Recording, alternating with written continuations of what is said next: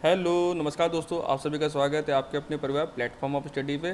Friends, आपके कहने में मैंने रेलवे एनटीपीसी की वीडियो डालना शुरू कर दिया है। कल ऑलरेडी वीडियो डाल चुका हूँ। आज इस सीरीज़ का दूसरा वीडियो है और ये एनटीपीसी की बहुत ज़्यादा इंपॉर्टेंट होने वाला है। अगर आपने एनटीपीसी का फॉर्म भर रखा है और इसके पेपर डेट भी अब आ चुकी है, फरवरी में इसका पेपर होना है, तो आपका समय कम नहीं बचा है। तो फटाफट इन सवालों की तैयारी कीजिए, रिवीजन कीजिए और जितना हो सके अपनी तैयारी को बूस्ट कीजिए। तो चलिए पहले सवाल से हम शुरुआत करते हैं।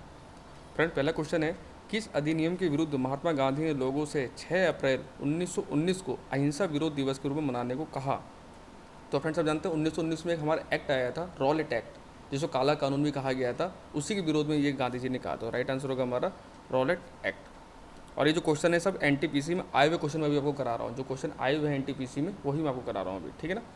अगला सवाल है, निम्नलिखित में से कौन सा कार्य एनबीएफसी द्वारा नहीं किया जा सकता है? तो फिलहाल आपको पता होना चाहिए एनबीएफसी होता क्या है।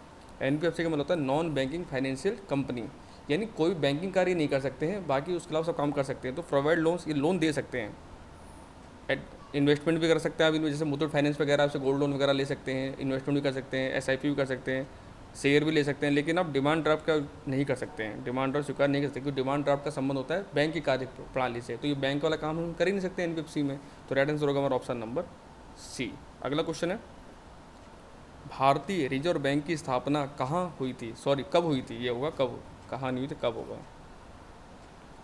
तो रिजर्व बैंक ऑफ इंडिया, आप जानते हैं बैंकों का bank reserve bank of India कहलाता है। और इसकी जो स्थापना हुई थी वो हुई थी 1935 यानी 1935 में। राइट आंसर होगा हमारा ऑप्शन नंबर फर्स्ट। कौन से कमीशन के द्वारा? एक आया था, आपने हंटर कमीशन पढ़ा होगा अपने इतिहास में, हंटर कमीशन। उसी की संस्तुतियों पे इस रिजर्व बैंक ऑफ इंडिया की स्थापना करी गई थी 1935 में, ठीक है ना। अगला सवाल है, प्रकाश संश्लेषण की प्रक्रिया के दौरान कौन सी गैस उत्पन्न होती है? Which gas is produce during the process of photosynthesis? Carbon dioxide, hydrogen, carbon monoxide या ऑक्सीजन? तो आप सब जानते हैं प्रकाश संश्लेषण जब क्रिया होती है, इसमें क्या होती है, इसमें हमारी प्राणवायु मिलती है हमको, यानी ऑक्सीजन हमको मिलती है। राइट आंसर होगा हमारा ऑक्सीजन। और बदले में पेड़ पौधे हमसे क्या लेते हैं? बदले में पेड़ पौधे हमसे कार्बन डाइऑक्साइड गैस लेते हैं। तो कार्बन डाइऑक्साइड गैस पौधों का भोजन है और उसके बदले वो क्या देते हैं? ऑक्सीजन गैस देते हैं, जो कि हमारे लिए प्राणवायु है, जिसकी वजह से हम जिंदा हैं, सांस ले पा रहे हैं, ठीक है ना। अगला सवाल है, निम्नलिखित में से कौन सा मानव निर्मित फाइबर का उदाहरण है? रेयॉन, रेशम, लेनिन, जूट? आप सब जानते हैं रेशम नेचुरल है, लेनिन भी नेचुरल है और जूट भी नेचुरल होता है। तो रेयॉन ये मैनमेड है, इसको हमने खुद सिंथेसिस करके बनाया है। तो राइट आंसर होगा हमारा ऑप्शन नंबर फर्स्ट, ठीक है ना, रेयॉन। अगला सवाल है, ए पैसेज टू इंडिया उपन्यास किसने लिखा है? बहुत इंपॉर्टेंट सवाल है। पैसेज टू इंडिया ये हर एग्जाम पूछा जाता है, चाहे एसएससी हो, चाहे रेलवे हो, चाहे वनडे एग्जाम हो, चाहे स्टेट एग्जाम हो, ये तो आपको याद होना ही चाहिए। पैसेज टू इंडिया जो है, इस नोवेल के राइटर हैं E M Forster. Right answer होगा हमारा E M Forster, option number third, ठीक है ना। अगला सवाल है, प्रत्येक वर्ष राष्ट्रीय प्रौद्योगिकी दिवस किसकी स्मृति में मनाया जाता है? नेशनल टेक्नोलॉजी डे हम क्यों मनाते हैं? तो आप सब जानते हैं, एक पोखरण हमने करा था, पोखरण, जिसमें हमने परमाणु बम का हम लोग क्या किया था, टेस्टिंग करी थी हमने। तो राइट आंसर होगा हमारा पोखरण 2, जो कि हुआ था 13 मई को, ठीक है ना। अगला सवाल है, कोशिका की ऊर्जा मुद्रा कहलाती है, the energy currency of the cell is called? तो आप सब जानते हैं जो भी हमारे बॉडी में एनर्जी होती है, माइटोकॉन्ड्रिया जो भी एनर्जी उत्पन्न करता है, उसको हम किस में नापते हैं? उसको हम नापते हैं एटीपी, एडिनोन ट्राईफास्फेट, ठीक है ना। राइट आंसर होगा एटीपी, ऑप्शन नंबर फर्स्ट। और बहुत इंपॉर्टेंट क्वेश्चन है, बहुत पूछा जाता है। डीएनए सब जानते ही हैं, जो भी क्रोमोसोम वगैरह होते हैं उनमें डीएनए पाया जाता है, ठीक है ना। अगला सवाल है, दुनिया के पहले इलेक्ट्रॉनिक डिजिटल कंप्यूटर का नाम है? एनियक, यूनिवैक, परम या प्रोलॉग? ये बहुत इंपॉर्टेंट क्वेश्चन है, बहुत पूछा जाता है। तो दुनिया का जो पहला इलेक्ट्रॉनिक डिजिटल कंप्यूटर था वो था एनियक। राइट आंसर होगा हमारा ऑप्शन नंबर फर्स्ट। अगला सवाल है, कौन सा हार्मोन शरीर में रक्त शर्करा के स्तर को नियंत्रित करता है? यानी which hormone regulate the blood sugar level in the body? तो आप सब जानते हैं हमारी बॉडी में एक ग्लैंड होती है, इसको बोलते हैं इंसुलिन। एक हार्मोन था इंसुलिन हार्मोन, जो हमारे ब्लड में क्या करता है, शुगर के लेवल कंट्रोल करता है। अगर जिसका इंसुलिन गड़बड़ हो जाता है तो उन्हीं को डायबिटीज़ की बीमारी हो जाती है, जिनको संबोधित शुगर हो गया। अगर शुगर हो गया, शुगर होने का रीज़न यही होता है इंसुलिन। जिनका इंसुलिन अच्छा है उनका शुगर कभी नहीं होता, जिनका इंसुलिन गड़बड़ हो जाता है उन्हीं को शुगर की बीमारी हो जाती है। राइट आंसर होगा हमारा इंसुलिन, ऑप्शन नंबर थर्ड।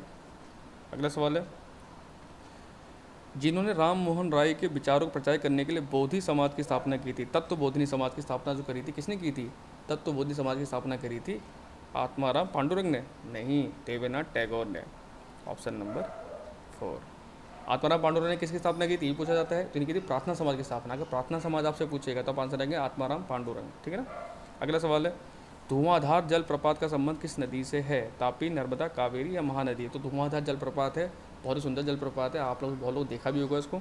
ये हमारे है नर्मदा रिवर पर। राइट आंसर होगा हमारा ऑप्शन नंबर सेकेंड। और नर्मदा रिवर कहाँ से निकलती है, मध्य प्रदेश में जगह है अमरकंटक, वहीं से नर्मदा नदी निकलती है और तापी नदी भी वहीं से निकलती है, ठीक है ना। अगला सवाल है, बोधिसत्व की अवधारणा किससे संबंधित है, जैन धर्म, सिख धर्म, महायान बौद्ध धर्म या हीनयान बौद्ध धर्म। तो फ्रेंड देखो बोधिसत्व की बात करेगा तो ये बौद्ध धर्म से संबंधी है, तो आपका दो ऑप्शन तो आप कैसे आप काट सकते हैं। अब देखो बौद्ध धर्म में कौन सा है, महायान या हीनयान, तो ये होगा हमारा Mahayana, option number third. NTU तो ऐसी डी क्वेश्चन पूछ ले जाते हैं, आपको ये तो पता है बोधिसत्व बौद्ध धर्म संबंधित होता है, लेकिन बौद्ध धर्म में भी दो प्रकार के धर्म हैं। बौद्ध धर्म में दो प्रकार टूट गया था आगे चल के, एक महायान बना था और एक हीनयान बना था, ठीक है ना। अगला सवाल है, वह उपकरण जो पानी के नीचे की वस्तुओं की दूरी, दिशा और गति को मापने के लिए अल्ट्रासाउंड तरंगों का उपयोग करता है कहलाता है। तो आप सबने पढ़ा होगा साइंस में, 10th लेवल में पढ़ा होगा साइंस में, एक पढ़ा था सोनार, साउंड नेविगेशन एंड रेजिंग। तो राइट आंसर होगा हमारा सोनार, ऑप्शन नंबर फर्स्ट। इसमें क्या होता है, अल्ट्रासोनिक तरंगों को समुद्र नीचे भेजा जाता है, और कोई भी चीज़ अगर डूबी हुई है या उसकी दूरी पता करनी है तो ये तरंगें वापस आके टकराती हैं, परावर्तित होकर वापस आती हैं, जिससे डिस्टेंस वगैरह सब पता लग जाता है, मेजरमेंट सब हो जाता है, ठीक है ना। अगला सवाल है, विश्वत रेखीय तल और कक्षीय तल एक दूसरे से किस कोण पर झुके हुए हैं। तो ज्योग्राफी आप अच्छे से पढ़ के जाइएगा, लैटीट्यूड एल्टीट्यूड वगैरह सब अच्छे से आप पढ़ के जाइएगा। तो इस सवाल का जो राइट आंसर है वो है 23.5 डिग्री, ऑप्शन नंबर फर्स्ट, ठीक है ना। अगला सवाल है, भारत में निम्नलिखित में से किस बल का नाम किस पोर्ट का नाम दीनदयाल बंदरगाह रखा गया है। तो फ्रेंड जो दीनदयाल बंदरगाह है वो है हमारा actually Kandla, option number first. अगला सवाल है, निम्नलिखित में से कौन सी खरीफ की फसल नहीं है, गेहूं, ज्वार, बाजरा या धान का खेत। तो आप सबको मैंने पढ़ाया था, कल भी मैंने आपको क्वेश्चन कराया था। तो खरीफ की फसल में कौन सी नहीं है, वो है आपकी गेहूं। गेहूं कौन सी फसल होती है, ये रबी की फसल में आती है, जो भी बोई जाएगी। गेहूं हो गया, चना हो गया, सरसों हो गया, मटर हो गया, ये सब रबी की फसलें होती हैं। अगला सवाल है, अंतरिक्ष में उड़ान भरने वाला पहला व्यक्ति कौन था।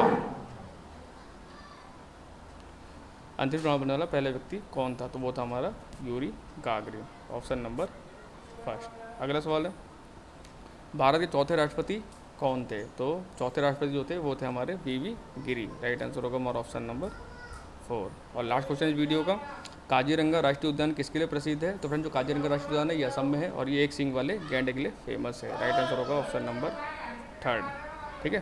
थैंक्स फॉर वॉचिंग, और चैनल पहले हो चैनल सब्सक्राइब कर लीजिए, वीडियो लाइक से जरूर कर दीजिएगा। मिलते हैं आपसे कल नेक्स्ट वीडियो में।